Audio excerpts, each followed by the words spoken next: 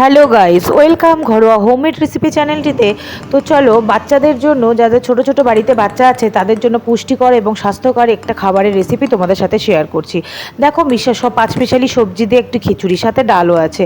তো দেখতে পাচ্ছ পাঁচমিশালি সবজি আমি কেটে নিয়েছি। তোমরা যে যেমন করে পারো, যার বাড়িতে যা সবজি থাকে সেটাই কেটে দেবে। আর সামান্য একটু সয়াবিন দিয়ে দিয়েছি। আর এদিকে এই তোমার পুঁই ডাঁটা যে বলে, পুঁই ডাঁটার সামনের অংশটা, এটা কিনা বাচ্চাদের ব্রেন বৃদ্ধিতে খুব সাহায্য করে। আর এদিকে দেখো 2-3 কোয়া রসুন, একটা কাঁচা লঙ্কা, আর একটু মুসুর ডাল, মুগ ডাল, আর একটু সামান্য চাল দিয়ে নিয়েছি।